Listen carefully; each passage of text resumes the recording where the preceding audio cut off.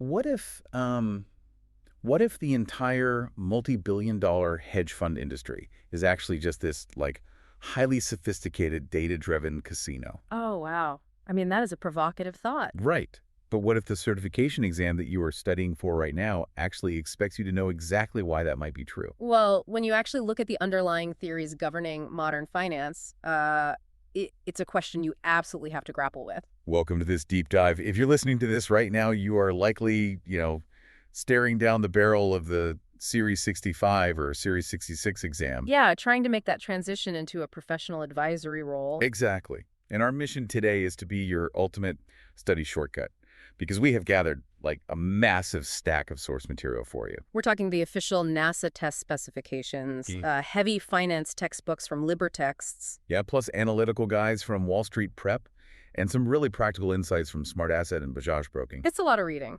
It is. But we sifted through all of it to extract the most important mechanisms behind portfolio risk and market theories.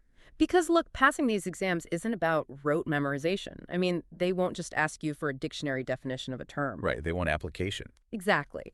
They are going to give you complex, real-world scenarios and test whether you actually understand the mechanical levers moving underneath the math. So today we are decoding the exact differences between standard deviation and beta.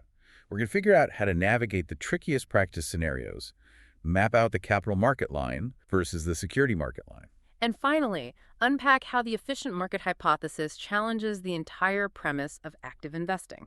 Yeah, and we are keeping this strictly tailored to how these concepts actually appear on your exams. Which is critical, when you're facing a testing landscape that covers literally everything from the time value of money to geopolitical risk factors. The key is understanding why these formulas exist in the first place. Right. So let's start right there by breaking down the two heaviest hitters of risk measurement, standard deviation and beta. The big ones. Yeah. And to really grasp these, not just memorize them, but really understand them, I was reading through our LibreText sources, and I want to build on this classic real-world comparison. Okay, let's hear it. I want you to imagine that you are standing on the deck of a small boat out in the ocean. Right. I'm on a boat. Standard deviation represents the total overall rocking of that boat. It includes the relentless rolling of the ocean waves, plus, let's say, the impact of a frantic golden retriever running back and forth across the deck. I love that. That captures it perfectly because standard deviation measures total risk. Right, the whole picture. Exactly. In financial terms, it's looking at how much an asset's returns bounce around in total. That includes both the broader market risk, which is your ocean waves, and the firm's specific risk. The dog. The dog running on the deck. It measures pure volatility, capturing every single variable causing the boat to move. Now contrast that with beta. Beta is just the rocking of the boat that is caused by the ocean waves. It completely ignores the dog. Exactly. Strictly measures systematic risk or market risk. Yeah. This is the risk you simply cannot escape. I mean, the ocean is going to do what the ocean is going to do, and your boat is going to rise and fall with the tide. And what's fascinating here is how this ties directly into the core engine of modern portfolio theory, or MPT. Which is pretty much the entire framework the Series 65 and 66 exams are built upon. It is. And MPT is heavily focused on the mathematical power of diversification.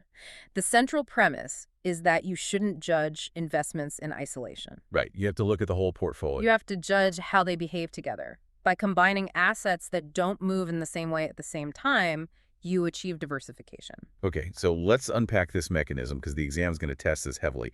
If a test question specifically asks you which type of risk diversification can actually reduce, what are they looking for? They are looking for unsystematic risk. Unsystematic. Got it. Also known as firm-specific risk. Going back to your boat analogy, if you want to stabilize the rocking, you don't just tie the dog up. No. No, true diversification is getting a second dog that naturally likes to run in the exact opposite direction of the first dog. Ah. Okay, so their movements basically cancel each other out. That's negative correlation. Precisely. Or, even better, diversification is upgrading your tiny boat to a massive 1,000-foot cruise ship. Which makes sense, because on a ship that size, a single dog running across the deck has absolutely zero impact on the stability of the vessel. Exactly. The unsystematic risk has been completely absorbed and neutralized by the sheer scale of the diversified portfolio. Wow. But, and this is the crucial part for the exam, no matter how big the cruise ship gets, it still rises and falls with the massive ocean swells. Because you can't get rid of the ocean. Right. Diversification cannot reduce systematic risk. The market risk is always going to be there. That makes the distinction so much clearer. So knowing that standard deviation measures the whole boat and beta measures just the ocean, how do the exam writers actually test this? They love to use scenarios. Right. Let's move away from the definitions and look at some fluid narrative case studies based on our source material, because you really have to know how to apply this. Lay one on me. Okay, let's imagine a client walks into your office and they've just inherited some money, and they decided on a whim to dump their entire life savings into just 3 highly volatile tech stocks. Oh boy. Yeah. How do you even begin to measure the risk of that portfolio? Well, in that scenario, the exam requires you to use standard deviation. Wait, why standard deviation and not beta? I mean, they are tech stocks, so they definitely move with the broader NASDAQ market. They do, absolutely. But because the portfolio only holds 3 stocks, the unsystematic firm-specific risk has not been diversified away. Oh, I see. Yeah, if one of those 3 tech companies suddenly faces a massive lawsuit or like a product recall, that portfolio is going to plummet, regardless of what the broader market is doing. The dogs are running wild all over the deck of a very small boat. Exactly. You absolutely must measure the total risk standard deviation because both the market waves and the individual company's quirks are going to dramatically affect the client's returns. That tracks logically. Yeah. But what if a different client comes in? Let's say this client already has their life savings parked in a massive, well-diversified S&P 500 index fund. Okay, the cruise ship. Yes, the cruise ship. Okay. And they want to buy a single share of a new tech startup to add to their holdings. How do we evaluate the risk that this single new security brings to their overall situation? For this client, the rule for the exam is to use beta. Because they are already diversified. Exactly. When you add one single stock to a highly diversified portfolio of 500 different companies, that new stock becomes just a drop in the bucket. It's firm-specific, unsystematic risk, whether the CEO resigns or a product flops, gets entirely absorbed and diversified away by the 499 other stocks you own.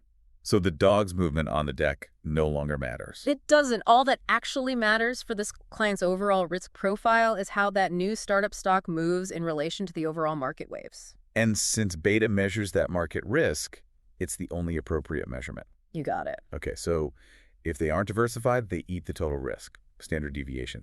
If they are heavily diversified, the firm-specific risk is gone, so you just measure the market risk.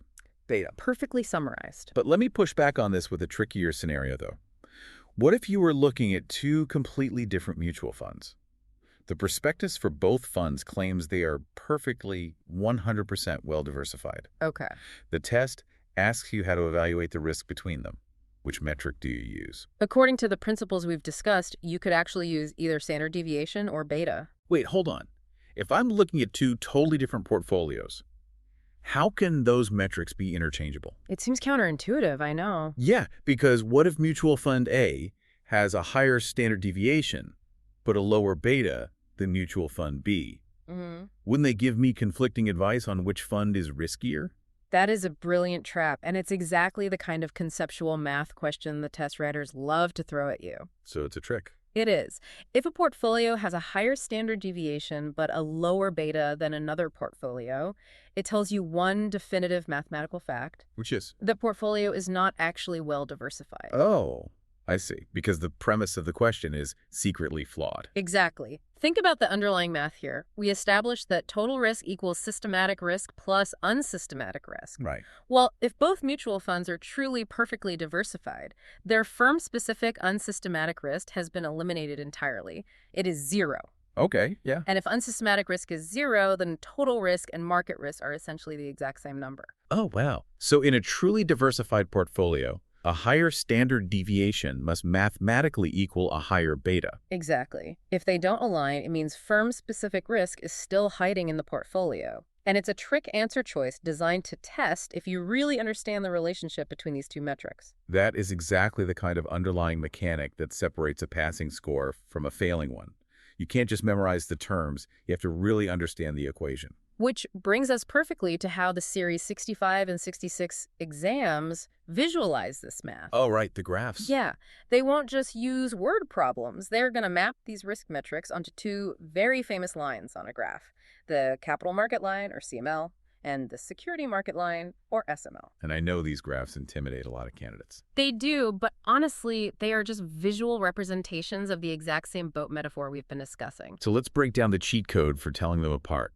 Let's look at the CML first. The capital market line is strictly used for evaluating portfolios. And because it evaluates portfolios, specifically efficient portfolios, that combine a risk-free asset like a treasury bill with a basket of risky assets, it uses standard deviation on its x-axis. Right. It plots expected return against total risk. Exactly. And understanding why it uses standard deviation is key here. The CML is drawing what's called the efficient frontier. The efficient frontier, right. It is trying to find the absolute maximum possible expected return you can get for any given level of total risk. The theory assumes that rational investors will only hold perfectly diversified portfolios. And because these theoretical portfolios are perfectly diversified, we use standard deviation to measure their total risk footprint. Yes.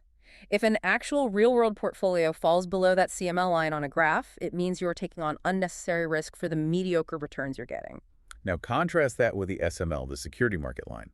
The SML is used to evaluate individual securities, not entire perfectly efficient portfolios. And because individual stocks still have wild, unpredictable firm-specific risk, the SML uses beta on its x-axis. It measures systematic risk. Which is a fundamental concept of the capital asset pricing model, or CAPM, right? Yeah. Which the SML visually represents. It is. CAPM theory states a very harsh truth, honestly. The market does not care about your unsystematic risk. It doesn't. No. The market will not compensate you for taking on firm-specific risk because you could have easily diversified it away. The market only rewards you for taking on systematic risks beta. Oh, right. Therefore, when evaluating a single stock's expected return, we only care about where it plots on the x-axis relative to its beta. So the SML is basically drawing a line of fairness. It's saying, like, based on this amount of inescapable market turbulence, you deserve exactly this much profit. That's a great way to frame it. The SML establishes the baseline for what a stock should return, and this is huge for valuation questions on the exam. Awesome. Well, if you look at a graph and a stock plots above the security market line, it means its expected return looks unusually high for the amount of systematic risk it carries. So you're getting more return than the market risk dictates you should, meaning it's a bargain. Precisely. It implies the stock is undervalued. It's a massive buy signal for an active portfolio manager. And I assume the reverse is true. Yeah, conversely, if a stock plots below the SML, the return isn't high enough to justify the risk. It's overpriced. Don't buy it. Okay, so let's say an active portfolio manager uses the SML, does their research, spots a dot floating high above the line, and buys that undervalued stock for a client. A classic active management move. Right. How do we, or more importantly, how does the exam grade that manager's performance? Because this brings us to a massive testing area from our smart asset sources, measuring success through time-weighted versus dollar-weighted returns. This is one of those areas where the definitions sound deceptively similar, but the real-world mathematical outcomes couldn't be more different. Let's define the two metrics before we look at the math. Good idea. First, we have the time-weighted return, or TWR. This metric completely isolates the performance of the investment itself. It entirely ignores when the investor deposited new money or withdrew cash. It just looks at the asset. Exactly. Then we have the dollar-weighted return, which is often called the internal rate of return, or IRR, on the exam. Right. This metric heavily factors in the exact timing and the specific size of the investor's cash flows into and out of the account. Because real human beings rarely just put a single lump sum into a stock and walk away for 30 years. No, they don't. They add to their account when they get a year-end bonus, or they panic and withdraw cash when they see the market dropping on the evening news. And our sources provided a phenomenal historical example to illustrate how this timing destroys returns. Let's look at investor A and investor B. Okay, let's hear the story. On January 1st, both of them buy a stock at $20 a share. Over the next few months, the stock has a great run and goes up to $25. Investor A gets excited, suffers from a bit of performance chasing, and decides to dump a massive amount of new money into the stock at $25. Oh, no. Yeah. Almost immediately after he does, the market corrects, and the stock price tanks down to $18. A classic, emotionally driven mistake. He bought heavy at the absolute peak. Meanwhile, investor B is patient. She waits out the volatility. When the stock hits that bottom of $18, she recognizes a bargain. Smart. She adds her new money right then. And by December 31st, The stock rebounds and closes the year at $22. If we connect this to the bigger picture, the math here tells a fascinating story about human behavior. Really? How so? Because both investors were holding the exact same stock over the exact same 12-month period, they both experienced the exact same time-weighted return. Oh, right, because the stock is the stock. Exactly. Yeah. The stock itself generated a TWR of 10%. It went from 20 to 22 over the year. The underlying asset, picked by the manager, performed well. But the reality of their bank accounts look wildly different. It's night and day.